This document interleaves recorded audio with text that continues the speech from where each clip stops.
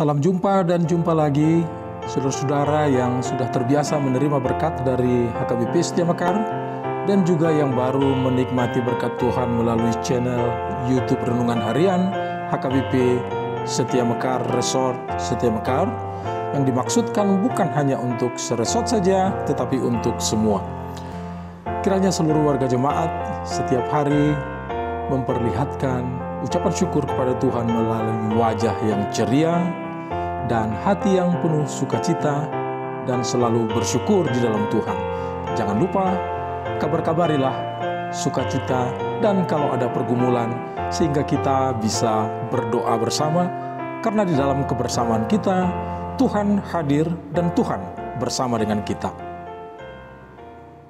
Selamat pagi, shalom untuk kita semua. Sebelum kita memulai segala aktivitas kita di satu hari ini, mari kita membuka hari ini dengan hening sejenak di dalam kita mendengarkan firman Tuhan. Sebelum kita mendengarkan firman Tuhan, mari kita berdoa. Kita berdoa. Terima kasih Tuhan atas hari yang baru Tuhan berikan kepada kami. Kami boleh menikmati hari ini karena anugerah yang Tuhan berikan kepada kami. Sebelum kami memulai segala aktivitas kami datang di dalam kerendahan hati kami untuk mendengarkan firman Tuhan yang boleh menjadi kekuatan dan kehidupan kami. Tuhan, kami sudah siap mendengarkan firman Tuhan, dan Tuhan berkati kami semua. Dalam nama Tuhan Yesus kami telah berdoa. Amin. Firman Tuhan yang menyapa kita akan dibacakan oleh Amang Situa E. Simanjuntak. Shalom, selamat pagi jemaat yang dikasihi Tuhan. Firman Tuhan yang menyapa kita pagi ini terambil dari kitabnya Mika pasal 1 ayat 2a. Dengarlah hai bangsa-bangsa sekalian, perhatikanlah hai bumi serta isinya. Demikian firman Tuhan. Berbahagialah orang yang mendengar firman Allah serta memeliharanya.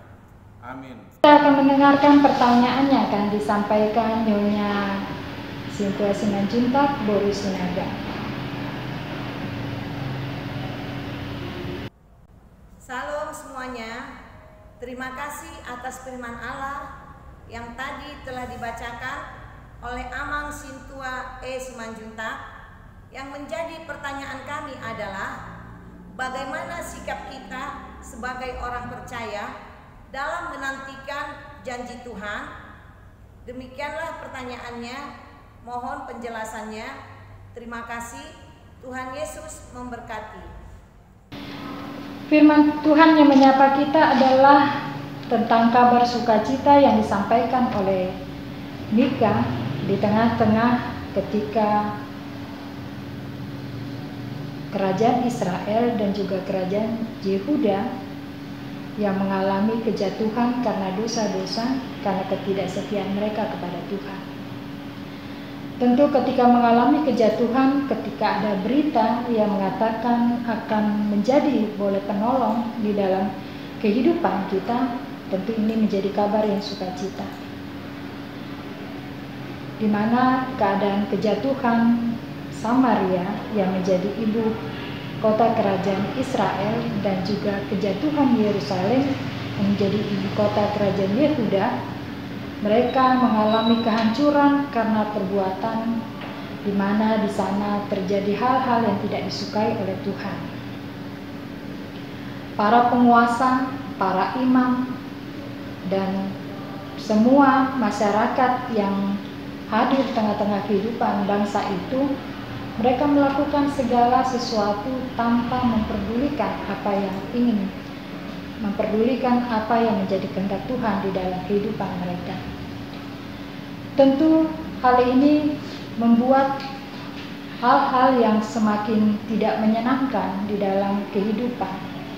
Ketika suatu bangsa ataupun suatu umat, ataupun ketika orang-orang tidak peduli dengan apa yang diinginkan Tuhan, kita tidak tidak akan mungkin mendapatkan kehidupan yang mendatangkan damai sejahtera. Oleh karena itu, di mana di sana tidak ada keadilan, di mana di sana tidak ada kebenaran, para penguasa melakukan segalanya sesuai dengan kehendak mereka. Tentu di tengah-tengah kehidupan bangsa yang sedang mengalami kejahatan, ada umat yang menderita, mereka yang tetap hidup setia kepada Tuhan. Pemulihan oleh sebab itu masih menyapa kita, dan terlebih di tengah-tengah kehidupan yang mengalami kejatuhan. Dengarlah, hai bangsa-bangsa sekalian, perhatikanlah, hai bumi serta isinya. Pemulihan akan terjadi, dikatakan tadi sema, dengarlah. Dengar dan apa yang Tuhan inginkan di dalam kehidupan suatu bangsa. Dan inilah yang boleh menolong setiap seorang ataupun bangsa ataupun kehidupan ketika ia ingin mengadakan pemulihan, ketika ia mengadakan perubahan, tentu tidak bisa dengan kekuatan atau dayanya sendiri. Dengarlah, itulah yang menjadi kunci di dalam keberhasilan kehidupan suatu bangsa ataupun umat. Mendengarkan apa yang Tuhan inginkan, bukan mendengarkan apa yang menjadi isi hati kehidupan atau kehendak setiap orang masing-masing. Dan kita boleh melihat janji Allah tentang damai sejahtera akan diberikan kepada mereka yang mau mendengar. Dan kita tahu bahwa janji keselamatan akan diberikan kepada mereka yang mau mendengarkan firman Tuhan. Disinilah kita mau diajarkan kota Bethlehem, kota yang kecil, kota yang tidak pernah diperhitungkan oleh banyak orang.